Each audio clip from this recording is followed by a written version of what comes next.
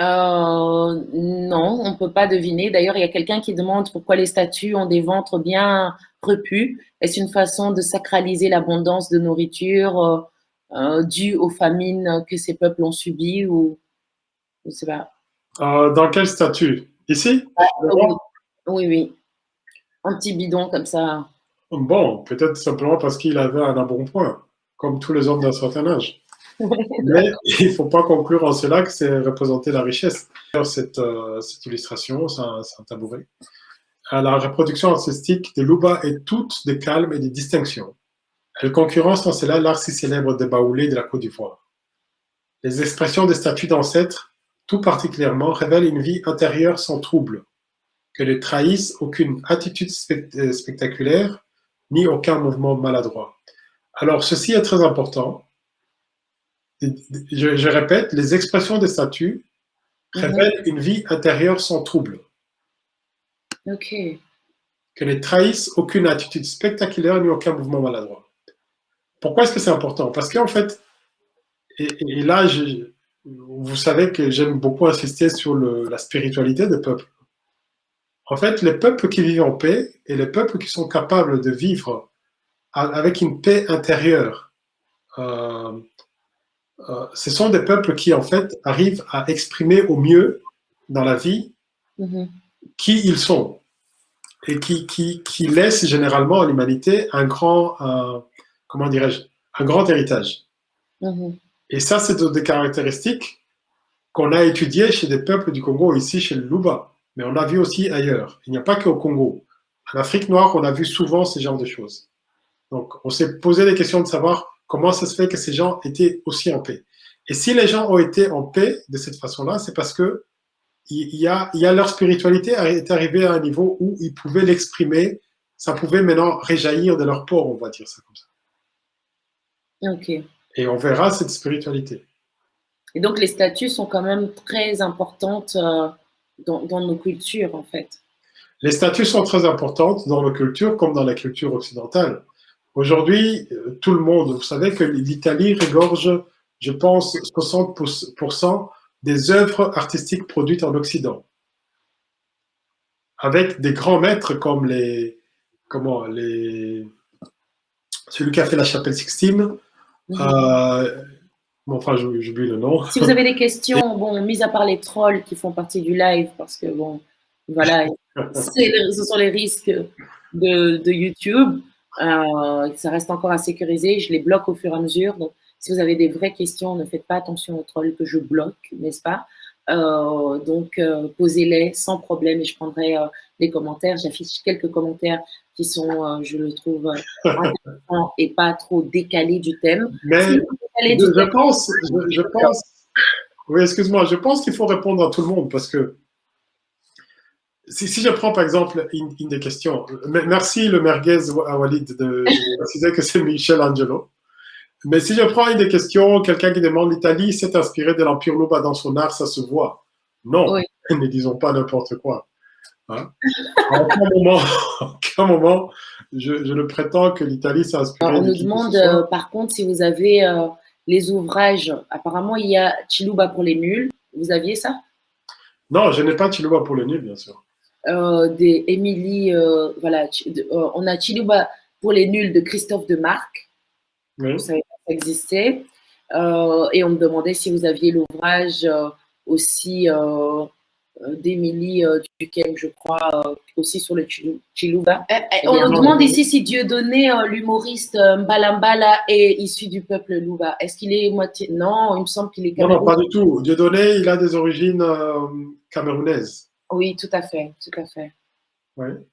Mais maintenant, de quel peuple du Cameroun qui aurait des apparentés avec les Balouba ou bien d'autres peuples du Congo, ça, je ne sais pas. Je ne connais pas bien de Dieudonné pour pouvoir m'exprimer.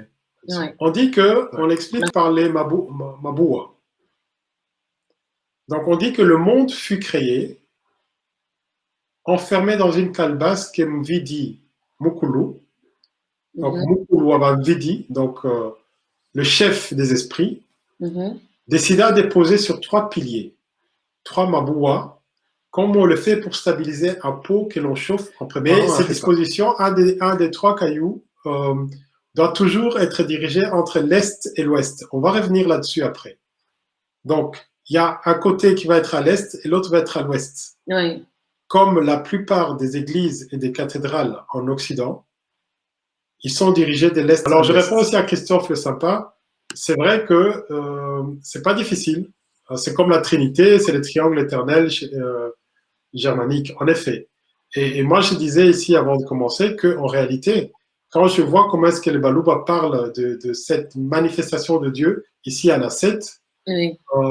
On comprend Oui, beaucoup on mieux veut la prendre les Trinité. questions. Alors, je ne sais pas cette question ce qu'elle signifie, mais on nous demande tout le temps si les statues Luba, attendez, hein, pourquoi beaucoup de statues issues du peuple Luba sont-elles représentées avec un aérofion, ce que je ne sais pas ce que c'est, en bambou? Cet instrument est-il sacré pour eux?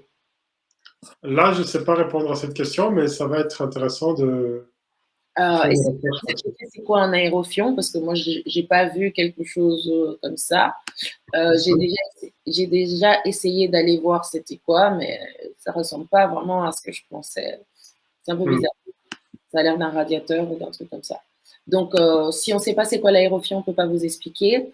Alors, on nous demande, je ne sais pas si c'est un troll, y a-t-il des philosophies croyantes, dans cette philosophie croyante, une logique animiste et spiritiste, comme dans le spartakisme? Alors, justement, il faut décomposer, il faut plutôt préciser les notions. Mhm. Il n'y a pas de. Ce qu'on a appelé animisme chez beaucoup de peuples noirs, ce n'est pas de l'animisme, c'est Mhm. plutôt une compréhension, euh, on va dire, occidentale de la chose. Alors, l'aérofion est une sorte de totem comme chez les Indiens d'Amérique. Est-ce que vous pouvez remontrer une statue, peut-être? Une statue.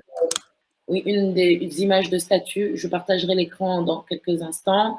On nous dit donc Montrer ces statues qui pour c'est une les sorte, scientifiques. de tuyau en bambou ou Non, il n'y a pas de tuyau en bambou. pour les instruments modernes dans lesquels les loubas soufflent dedans en pétant pour faire de la musique. Donc, d'accord, on est sur un délire de troll. Très bien. Monsieur, on est congolais, oui. Euh, Isidore Dia, oui. Intéressant. Le Lufu Luambo a beaucoup, Luabo, pardon, oups, a beaucoup de similitudes avec le dieu aztèque. Tchao Spartak, incroyable, c'est sans doute un troll. D'accord. Euh, et Isidore Dia dit ah pardon, je suis béninois, enchanté. Donc il est béninois finalement. Isidore Ok. Dia. Mais le commentaire de l'oiseau du feu était intéressant parce que, en effet, oui, Ah deux bon? peuples éloignés, Bon, vous mais voyez, dont les. finalement, moi je ne sais plus quel est le vrai commentaire et quel est le troll. Incroyable ces étonnants, tous les deux éloignés et proches. Pardon, l'oiseau du feu, pardon. J'en peux plus des trolls, quelqu'un peut nous aider. Ok, d'accord.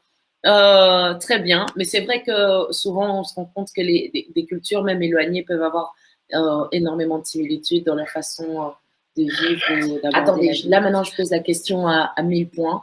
Donc si vous avez bien suivi, dans quoi est né le monde selon les peuples Luba, selon ce qu'on vient d'apprendre ce soir? Répondez dans le chat à votre question et tentez. Monsieur Moutiri, je viens de vous inventer un cadeau. Monsieur Moutiri vous offrira sans doute quelque chose. Donc, Vous- voilà, il va décrire lui-même, Non, non, il va vous offrir. Donc, j'offrirai un jeu de cartes fait au Congo qui permet justement, pour moi, ça. il y a quelqu'un qui a gagné, il y a quelqu'un qui a gagné, excusez-moi. Bam, la merguez à Walid, il a trouvé. Désolé, on a dit saumon Vénard nous a dit dans un point et lui nous a dit dans la marmite ou le feu avec les 3 pierres. Donc, c'était ça, monsieur Moutiri? Oui, vous pouvez répéter la question que vous avez posée? Donc, selon les Louba ou les gens de Louba ou je ne sais pas comment est-ce qu'on appellerait ça, dans quoi serait né le monde? Dans Et la marmite. voilà, dans la marmite. La marmite représente le monde qui est posé sur des bases solides. Tout à fait. Donc, n'hésite pas, la merguez à Walid, à me donner ton vrai nom, là pour le coup, et ton adresse pour Il peut laisser la merguez à Walid sur une carte, Oui, voilà, ça fait bien. c'est ça. Mais qu'il nous donne au moins une adresse où envoyer son cadeau. Voilà, exactement. C'est vrai qu'on peut passer à des choses un peu plus. On a parlé d'histoire, mais finalement, il y a des choses qu'on reconnaît un peu chez les peuples Luba. On nous demande ici s'ils mangeaient leurs morts. Donc, je ne sais pas si c'est des trolls ou si la question vaut la peine d'être Non, posée. je pense que ce genre de questions, il faut y répondre. En fait, il y a énormément d'histoires de cannibalisme et d'anthropophage chez les Noirs. Alors, il y a eu aussi des histoires de cannibalisme qui ont été répandues par des peuples eux-mêmes. Et souvent envers les Blancs, pour leur dire, si vous venez ici, on va vous manger. C'est une très bonne, avouons que c'est une très bonne stratégie. C'est une façon, c'était une façon certaine d'être certain qu'ils ne vont pas venir. Quand vous entendez qu'un peuple est cannibale, vous avez peur. Exactement. Donc, les gens ne venaient pas. Et il y a une histoire comme ça au Maniema où on dit qu'on a mangé, il y a eu 7 prêtres italiens qui sont venus répandre la parole divine. Les gens n'étaient pas d'accord, ils en ont mangé 6, ils ont laissé le 7e et ils ont dit, va dire aux autres qu'on ne veut pas vous voir ici. Bon, c'est des histoires comme ça qui circulent. Ok, merci beaucoup. Je vois qu'on nous dit incroyable. On nous parle toujours de ce dieu aztèque En Spartak. effet, oui. En effet, c'est très intéressant de voir la ressemblance des cultures avec les Aztèques. Mais on peut répondre en partie avec pourquoi cette ressemblance des cultures avec les Aztèques. Il s'est dit aujourd'hui de plus en plus que les Aztèques ont acquis leur connaissance par les Égyptiens. Mhm. Et on sait tous que les Tuluba, comme les Kikongo, ce sont 2 langues qui sont très proches de l'égyptien ancien, comme le Swahili. On nous dit ici par Corentin Legadio, j'ai également entendu parler du peuple Pied-Fouman, des Scrotes qui fréquentaient les Luba et que pensez-vous des relations entre les Luba et les Pied-Fouman des Scrotes? Alors, les Pied-Fouman des Scrotes, je ne connais pas du tout, donc je ne peux pas me prononcer là-dessus. Ouais, nous avons toujours pas la signification de cet aérofion. Si, il a défini, mais bon.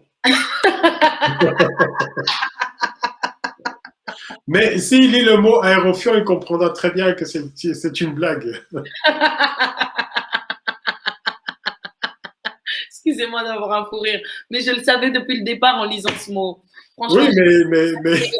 des images de ce truc pour comprendre que c'était rien du tout. Donc, bien, il faut rire.